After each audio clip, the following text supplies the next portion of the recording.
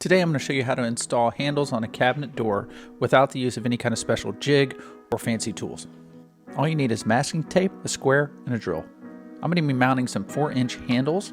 The first thing you're going to do is take some tape and apply it on the side of the door you're going to be mounting your hardware. Typically, hardware is installed on the upper part of the outside frame of a cabinet door. Use your square to measure the size of the frame and divide that by 2 to find your center point. Make a mark at your center point, then flip the square over, place it against the top part of the cabinet, and line it up with the mark that you made. Then draw a line straight down. This gives us true center of the frame. Next, we need to find out where we need to drill our holes. To do this, take the handle that you've chosen and install the Phillips head bolts that came with it. Phillips head screws have a cross design, and the center of that cross is the center of the screw, so installing that into the handle will show us exactly where we need to drill our holes. Usually you want the top part of the handle to line up with the bottom part of that top frame in the cabinet, so that's what we're doing here.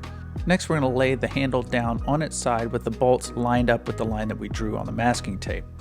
Then make a mark exactly where your Phillips head cross is on each bolt. Now we know exactly where we need to drill our holes. So to duplicate this, you can see I added a piece of masking tape to my square.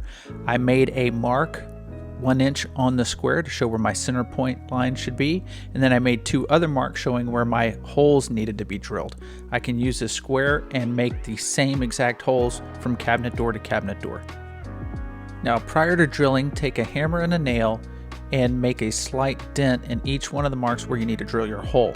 This will allow the drill to go straight into that dent instead of skipping off and making your holes uneven. Now remove your tape and install your hardware. Hopefully you found this information helpful. If you did, please give us a like and feel free to share. Thanks a lot.